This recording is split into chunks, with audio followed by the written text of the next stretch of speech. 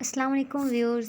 उम्मीद करती हूँ आप खैरियत से होंगे। MGT 111 की लेक्चर सीरीज़ का आज 31वां लेक्चर है ऑडिट।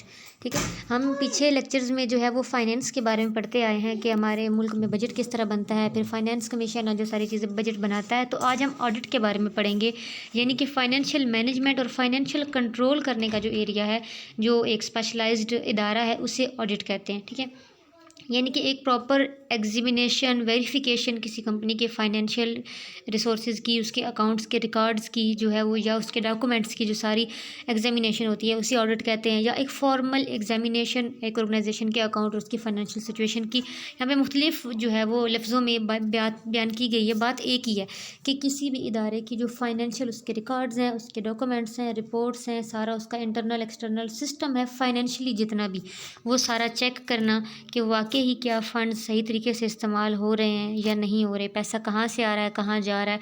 तो इन सारी चीज़ों को चेक करने वाला जो इदारा है वो क्या कहलाता है? ऑडिट एंड अकाउंट का इदारा कहलाता है। आर्टिकल 169 में कॉन्स्टिट्यूशन ने जो है ये ऑडिटर जनरल को ये फंक्शन दिया था, जो हेड होता है ऑडिट एंड अकाउंट ऑर्गेनाइजेशन का गवर्नमेंट ऑफ पाकिस्तान में। ठीक है, under the audit and account order 1973 उसने ये इंश्योर करना होता है कि जो पब्लिक मनी है वो सही से स्पेंड हो रही है, उसकी ट्रांजेक्शन जो है वो फाइनेंशियल रूल्स के मुताबिक हो रही है या नहीं हो रही। ठीक है, तो ये सारी चीज़ें जो हैं वो ऑडिट एंड अकाउंट ऑर्गेनाइजेशन जो पाकिस्तान की गवर्नमेंट की है उसके अंडर आती हैं।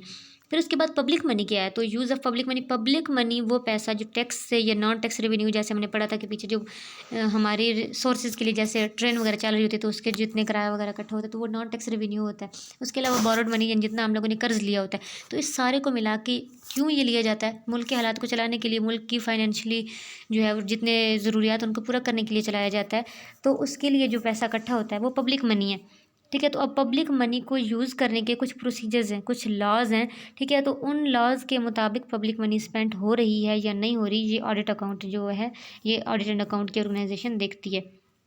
ऑडिट को अगर एक दूसरे आसान अल्फाज में बोलें तो audit is like a postmortem, यानी जिस तरह एक बॉडी का पोस्टमार्टम किया जाता है कि इसे ये क्यों मरा, क्या हुआ था, कितने किस वक्त इसकी मौत हुई, यानी पोस्टमार्टम में कितनी बारीकी से चीज़ें देखी जाती हैं ना, बिल्कुल वैसा ही ऑडिट भी है कि यानी एक स्पेंड एक इदारे ने किया है उसके साल उसमें जो है वो ऑडिटर जब आते हैं तो वो ये देखते हैं, अच्छा इतना पैसा आया, ये कहाँ खर्च हुआ, किसने खर्च किया, यानी बिल्कुल पोस्टमार्टम की तरह बारीकी से हर चीज़ को देखना।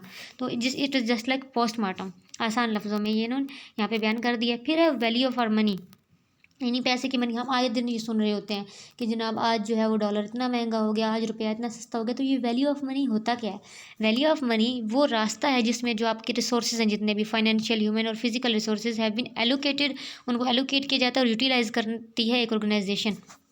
यानी हमारे जितने रिसोर्सेज जिस तरह बढ़ते हैं ना तो हमारा पैसे की वैल्यू बढ़ती है, जितने हमारे रिसोर्सेज कम होते जाते हैं उस तरह हमारे पैसे की वैल्यू कम होती जाती है।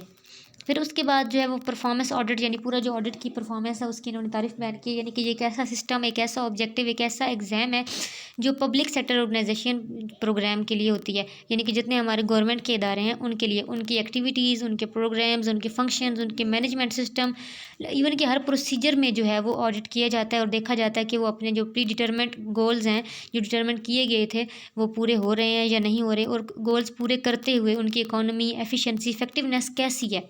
तो इन सारी चीज़ों को जो है वो इवेल्युएट करने के लिए क्या है, परफॉर्मेंस ऑडिट बनाया जाता है। फिर उसके बाद है इकोनॉमी का कंसर्न होता है इस चीज़ से कम रिसोर्सेज लगें और हमारे ऑब्जेक्टिव्स पूरे हो जाएं। जिससे कि इसकी मिसाल में उन्होंने दिया हुआ है कि जब एक मतलब दो ऐसी विसल्स यानी कार्स या कोई भी गाड़ी जिनका आप कंपैरिजन कर लें कि मॉडल अलग अलग हो लेकिन क्वालिटी सेम हो और प्राइस भी एक की चीप हो, तो ज़ाहिर सी बात है एक जो है वो ज़्यादा अच्छी आपको लगेगी कि जिसकी प्राइस भी जो है वो कम है लेकिन आपको क्वालिटी भी वो मिल रही है, तो डेफिनेटली आप उसी को प्रेफर करोगे। तो ये चीज़ इकॉनमी में देखी जाती है।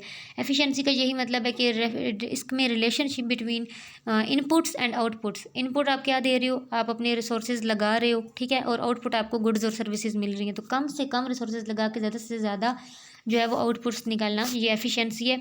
इफेक्टिवनेस, क्या आपने जो गोल्स अचीव करने थे, जो आपने प्री डिटरमेंट किए हुए हैं अपने ऑब्जेक्टिव्स के, वो किस हद तक अचीव हो रहे हैं।